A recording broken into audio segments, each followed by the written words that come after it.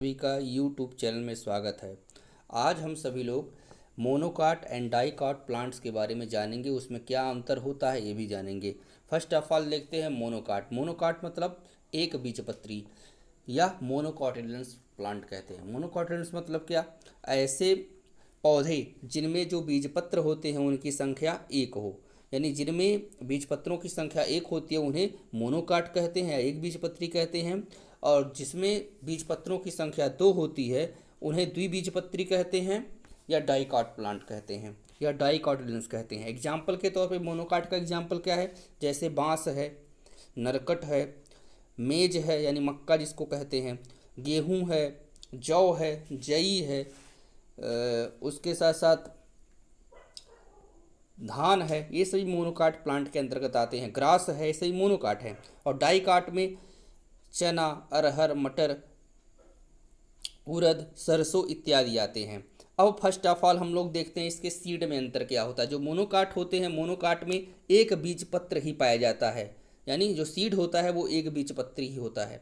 और उसके साथ साथ जो इनके बीजपत्र होते हैं, इनके जो बीजपत्र होते हैं वो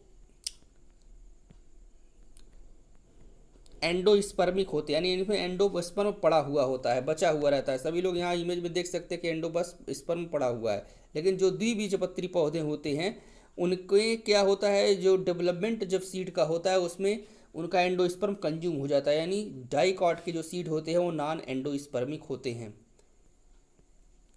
उसके बाद आते हैं हम लोग रूट पे। रूट जो होता है मोनोकाट का वो फाइब्रस या एडवेंटेशियस रूट होता है, और जो डाइकाट होता है उसमें टैप रूट पाया जाता है। जैसे आप सभी को इमेज में दिख रहा होगा, ये फाइब्रस रूट है, ये टैप रूट है, या इसी को एडवेंटेशियस रूट कहते हैं। उसके बाद आते हैं फ्लावर्स में। फ्लावर्स जो मोनोकाट का होता है वो मल्टीपल्स ऑफ 3 होता है, यानी जो पेटल्स होंगे वो मल्टीपल 3 होंगे, यानी 3 के गुणक होते हैं। किंतु जो डाइकाट के होते हैं उसमें 4 या 5 पेटल्स पाए जाते हैं। उसके बाद बात करते हैं लीफ की।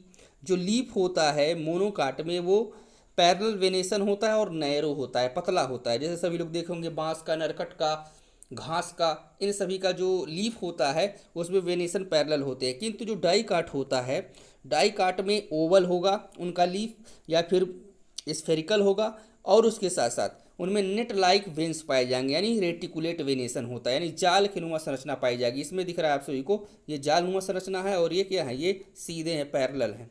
उसके बाद फिर आते हैं वैस्कुलर बंडल में। वैस्कुलर बंडल जो मोनोकाट के होते हैं वो ग्राउंड टिश्यू में स्कैटर्ड होते हैं, किंतु जो डाइकॉट के वैस्कुलर बंडल होते हैं वो एक रिंग में व्यवस्थित होते हैं। उसके साथ साथ जो इनके वैस्कुलर बंडल होते हैं मोनोकाट के, वो क्लोज टाइप होते हैं कुछ इस तरह से, यानी जाइलम और फ्लोएम दोनों एक दूसरे से क्लोजली अटैच्ड होते हैं इस तरह से। ये इनका जाइलम हो गया और ये हो गया फ्लोएम, और इसमें कैम्बियम अब्सेंट होता है, और इसी नाते इसमें सेकेंडरी ग्रोथ नहीं होता है मोनोकाट में।